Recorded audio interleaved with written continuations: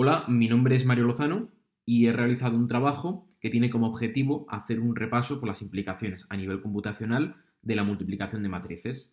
Especialmente en este trabajo nos centraremos en el análisis de la aplicación de la multiplicación de matrices en redes de neuronas. El trabajo se centrará en aquellas implicaciones que tengan que ver con las redes de neuronas profundas, repasando brevemente la historia de estas para concebir cómo surge la representación matricial de las mismas y explorar así métodos que permitan mejorar su rendimiento. Dichos métodos se abordarán tanto desde el punto de vista meramente algorítmico como desde el punto de vista de la paralelización de tareas mediante dispositivos hardware adecuados, para luego dar unas conclusiones significativas. Antes de comenzar a hablar sobre la multiplicación de matrices, quiero empezar este vídeo hablando sobre las redes de neuronas y la historia, para concebir de dónde venimos. Las redes de neuronas son una serie de algoritmos que buscan encontrar patrones ocultos en los datos mediante procesos inspirados en el funcionamiento del cerebro humano. La primera concepción de estas fue desarrollada en 1943 por el neurólogo Warren McCulloch y el matemático Walter Pitts, quienes desarrollaron una red simple mediante circuitos electrónicos, la conocida como neurona de McCulloch-Pitts. Por su parte, ya en 1949, el psicólogo y neurocientífico Donald Hebb amplió y apoyó el concepto de neurona en su libro The Organization of Behavior, a Neuropsychological Theory. Además, Hebb es considerado un pionero por explicar cómo ocurre el aprendizaje, siendo sus ideas fundamentales en la mayoría de las funciones implementadas en las redes de neuronas. A partir de los trabajos desarrollados hasta entonces, el neurobiólogo Frank Rosenblatt desarrolló en 1958 el perceptrón, que introduce una innovación determinante al hacer que los pesos fueran aprendidos y no fijos. A diferencia del perceptrón, que únicamente tenía en cuenta si se ha equivocado o no, en 1960 se desarrolla Adaline, con la peculiaridad de tener en cuenta cuánto se ha equivocado. Sin embargo, estos dos modelos no son capaces de resolver el problema del XOR. Para solucionarlo es necesario utilizar dos rectas. Y el efecto que este problema tuvo es que las redes de neuronas fueron olvidadas en lo que se conoce como AI Winter, el invierno de la inteligencia artificial, una etapa oscura en la que apenas hubo avances.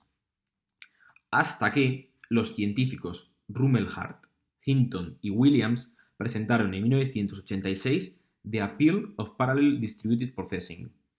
En dicho estudio, presentaron un nuevo enfoque del algoritmo de retropropagación, permitiendo aumentar el interés por la disciplina y posibilitando el desarrollo del perceptrón multicapa, el cual permite hacer frente a las limitaciones del perceptrón simple y Adaline. Sin embargo, la verdadera revolución en el campo vino de la mano del Deep Learning, en cuyo origen tenemos a científicos de la computación como Jean LeCun, que ya en 1989 desarrolló un sistema basado en redes de neuronas profundas para reconocer códigos postales escritos a mano. Pese a ello, el sistema era extremadamente lento de entrenar, llegando a necesitar hasta 3 días de entrenamiento. Por lo tanto, no fue hasta 2006, gracias al desarrollo tecnológico, que las redes de neuronas vivieron la explosión en la que estamos inmersos hoy en día. Ahora, tomemos el perceptrón simple como punto de partida para entender la representación matricial de una red de neuronas. La salida de un perceptrón simple puede expresarse de la siguiente manera. Como podemos comprobar, tenemos el sumatorio de los pesos por cada una de las salidas de la neurona, a la que se suma un umbral o bias, y finalmente se aplica una función. Esta expresión de aquí se corresponde con la salida de esta neurona en la estructura del perceptrón simple.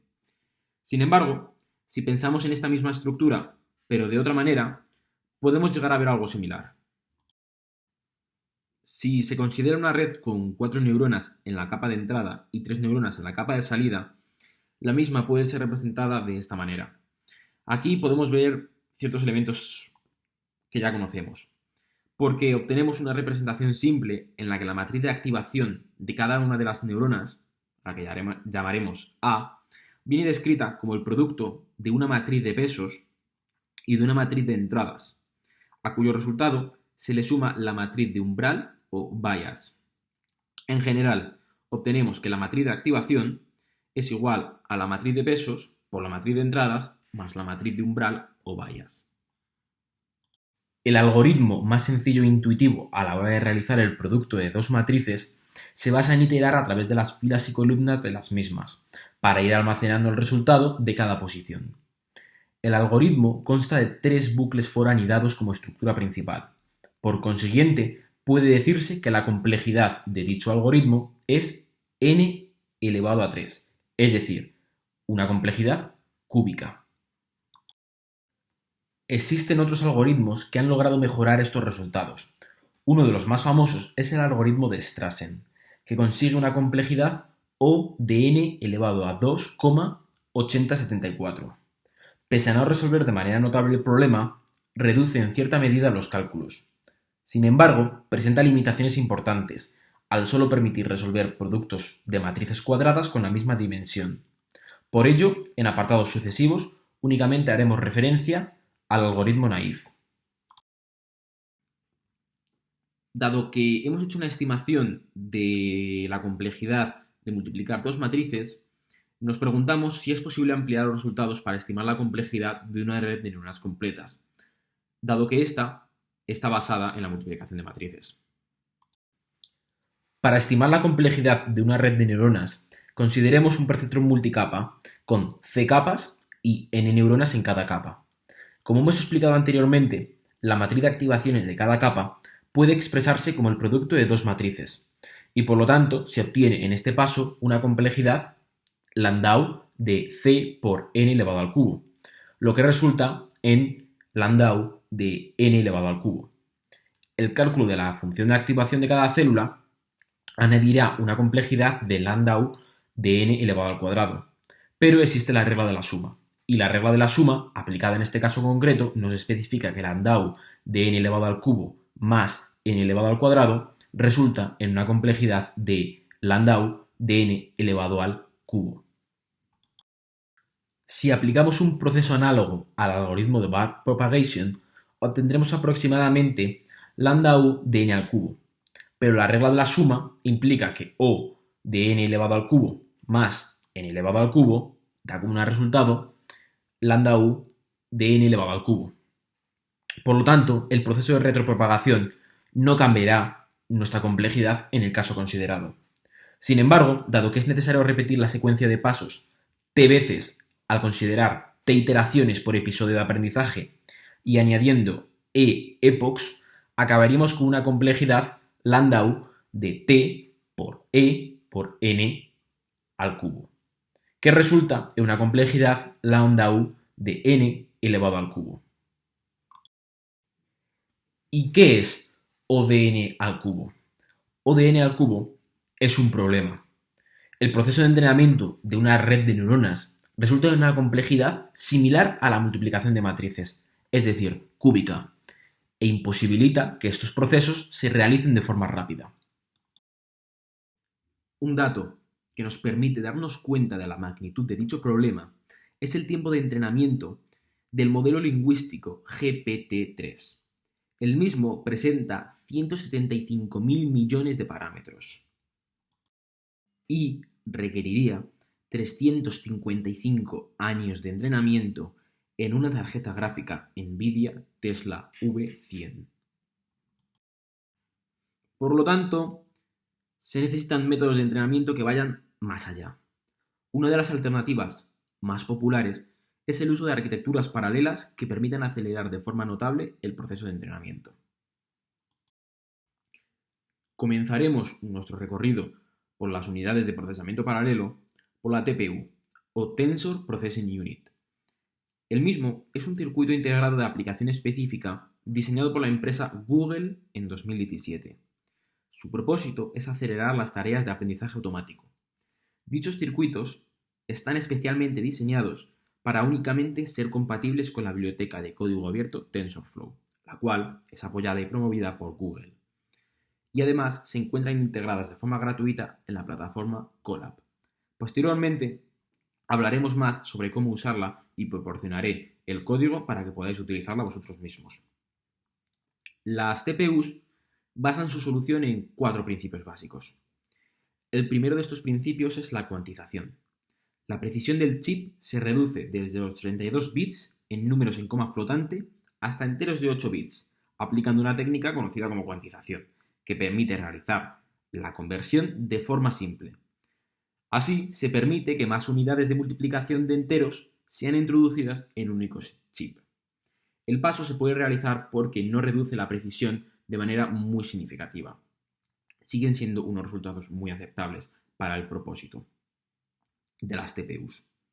El segundo de estos principios es la especialización en los procesos matemáticos, dado que se incluyen unidades específicas de cálculo que facilitan los procesos de las redes de neuronas.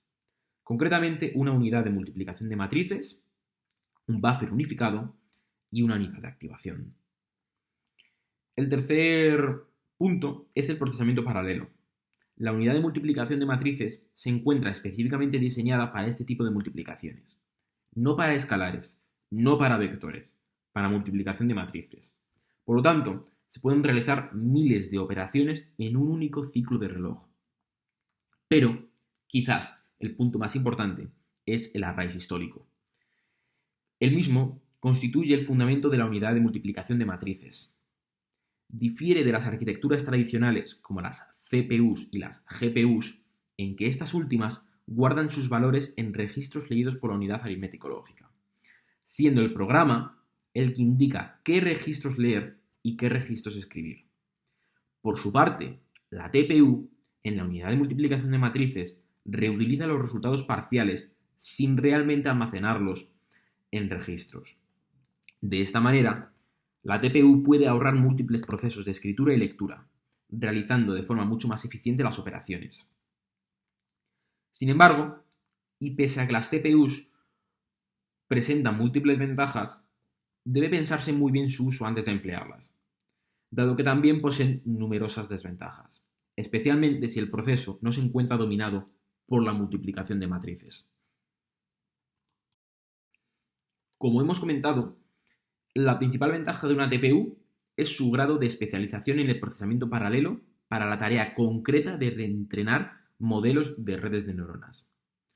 Por lo tanto, he planteado el siguiente experimento que trata de comparar una CPU con una TPU. Usaremos una CPU Intel Xeon a 2,2 GHz, forzada a ejecutar en un único núcleo para asegurar un procesamiento secuencial. Como TPU, usaremos las propias del entorno de Colab y crearemos una red de neuronas que entrene sobre conjunto de imágenes CIFAR 10. Se variará la arquitectura del modelo añadiendo más y más capas para ver cómo evoluciona el tiempo de procesamiento. En la gráfica superior podemos comprobar los experimentos que se han realizado. El experimento número 1 tiene 60.000 parámetros entrenables. En el experimento número 2 se sube a 115.000. El 3, el 4 y el 5 se mantienen en el rango entre 400.000 y 500.000 parámetros entrenables. Para, en el experimento número 6, elevar la cifra hasta 1.700.000. En la gráfica inferior izquierda podemos ver el tiempo de entrenamiento de una TPU.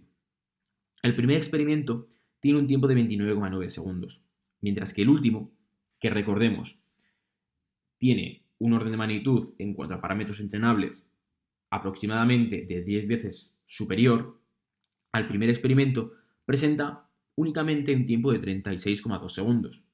Es decir, no ha habido un crecimiento muy rápido en el tiempo que la TPU tarda en entrenar la red de neuronas. Por su parte, observamos todo lo contrario en la gráfica inferior derecha. Esta corresponde a la CPU.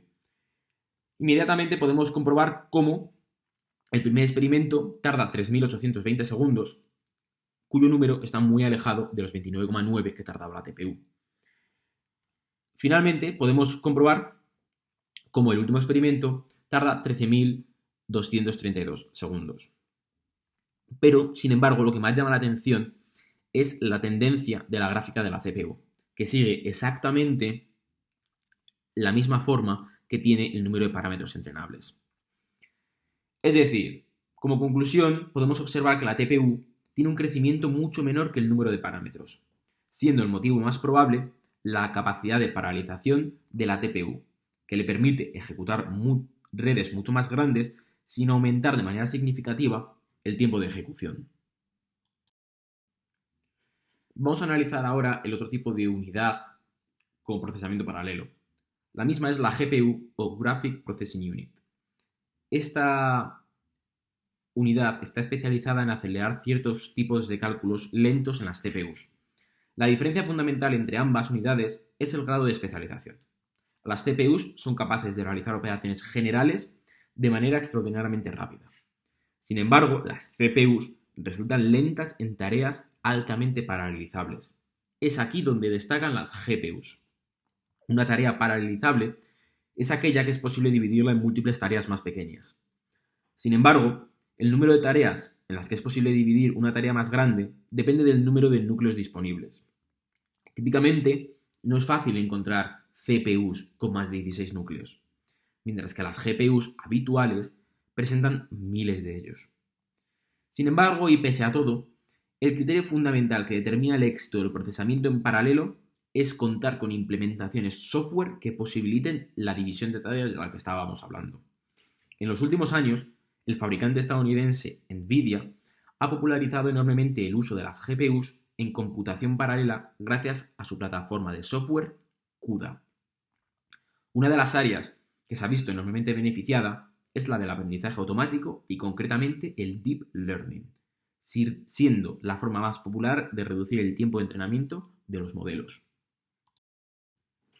Por lo tanto, resulta muy interesante comparar una GPU con una TPU. Para ello se plantea el siguiente experimento, que es similar al realizado entre TPUs y CPUs, pero variando batch size. El batch size es un hiperparámetro usado en el algoritmo del descenso del gradiente, que controla el número de muestras de entrenamiento que se pasan antes de actualizar los parámetros internos del modelo. La razón que me ha llevado a escoger este parámetro es que se pretende comprobar las diferencias que pueden llegar a existir entre una GPU y una TPU para un mismo caso de red neuronal. Recordemos, usaremos el entorno de Colab. La GPU será la propia de Colab, es decir, la Nvidia Tesla K80 en el momento de hacer este vídeo. La TPU, la propia de Colab, y realizaremos una red de neuronas sobre el conjunto de imágenes CIFAR 10. A continuación, se muestran los resultados del experimento. Como podemos observar, el tiempo entre la GPU y la TPU varía enormemente a la par que se varía batch size, llegando a cambiar incluso la unidad que lo realiza en menos tiempo. Como podemos comprobar en la gráfica, en la parte izquierda, la TPU, con un batch size pequeño, tiene un tiempo muy superior al de la GPU. Posteriormente, vemos una tendencia descendente, viendo como a partir del batch size 30, la TPU comienza a reducir en gran medida su tiempo en comparación con la GPU. El hecho que esta gráfica indica es que la TPU aprovecha en mayor medida el paralelismo de la red de neuronas cuando no es necesario realizar actualizaciones constantes de los pesos de la red. Como vemos en la tabla, la GPU con un batch size de 10 tarda 3007, mientras que la TPU tarda 3288 segundos. Las tornas cambian por completo cuando tratamos con un batch size de 10.000, teniendo la TPU un tiempo de entrenamiento de 96 segundos y la GPU un tiempo de entrenamiento de 289 segundos. Sin embargo, se necesitarían emplear redes mucho más grandes para notar tiempos realmente significativos en la diferencia entre ambas, siendo insignificante el tiempo entre las dos, sobre todo teniendo en cuenta que en el entorno Colab la TPU es un recurso muy escaso y tienen una media de tiempo de espera muy superior a las GPUs. Con esto finalizamos el recorrido que hemos realizado en este vídeo. Haciendo un repaso de lo que hemos aprendido, hemos comprendido el contexto histórico de las redes de neuronas. Hemos comprendido cómo se interpreta la forma matricial de una red de neuronas. Hemos estimado brevemente la complejidad de una de estas redes. Hemos comprendido el funcionamiento de las TPUs, además del éxito de las GPUs, y hemos comparado y entendido las diferencias entre CPU, GPU y TPU. Finalmente, quería daros las gracias por la atención. Cualquier duda al respecto de este vídeo la podéis dejar en la caja de comentarios y en la descripción del vídeo dejaré el código para que vosotros mismos podáis experimentar en cola y comprobar todos los resultados que se han ido obteniendo. Muchísimas gracias.